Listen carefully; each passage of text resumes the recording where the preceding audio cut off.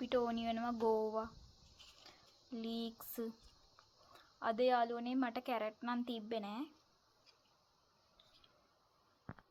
අපි මේ ටික කපා ගනිමු. ඔන්න යාළුවනේ මං ලීක්ස් ටික කපා ගත්තා.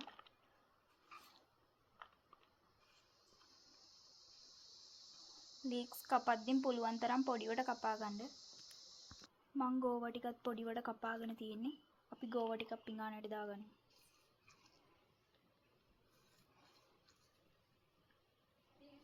අපිට ඕනි වෙනවා කරපිංචා. අපිට ඕනි වෙනවා ලූණු, සුදු ලූණු. අපිට ඕනි වෙනවා බිත්තරයක්. අද යාළුවනේ රසකාරක නම් කිසිවක් දාන්න නැතුව තමයි හදන්නේ. අපි බිත්තරේ හොඳට කවලම් කරගමු.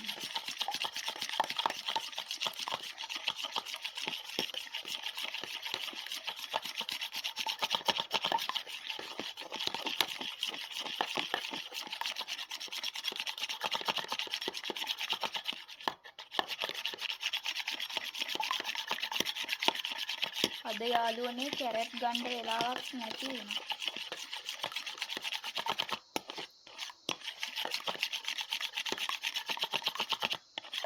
රසකාරක දාලා හැමදාමත් කෑම කන්න හොඳ නෑ. මේ විදිහට බොන විදිහටත් කාලා බලන්න.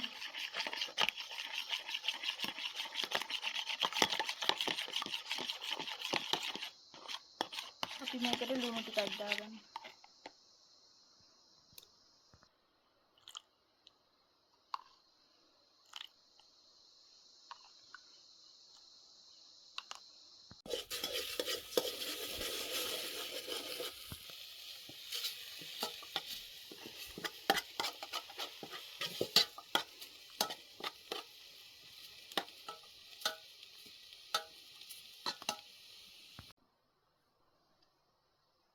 අපි පරිප්පු ටික හොදාගෙන තියෙන්නේ 3-5 කහ කුඩු, මිරිස් කුඩු, ලුණු,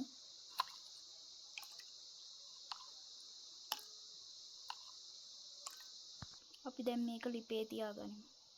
යාළුවනේ පොල් කිරි ටිකත් එකතු කරගත්තා. අපිට ඕනි වෙනවා සුදු ලුණු කරපිංචා. පරිප්පු එක තැම්බිලා තියෙන්නේ යාළුවනේ.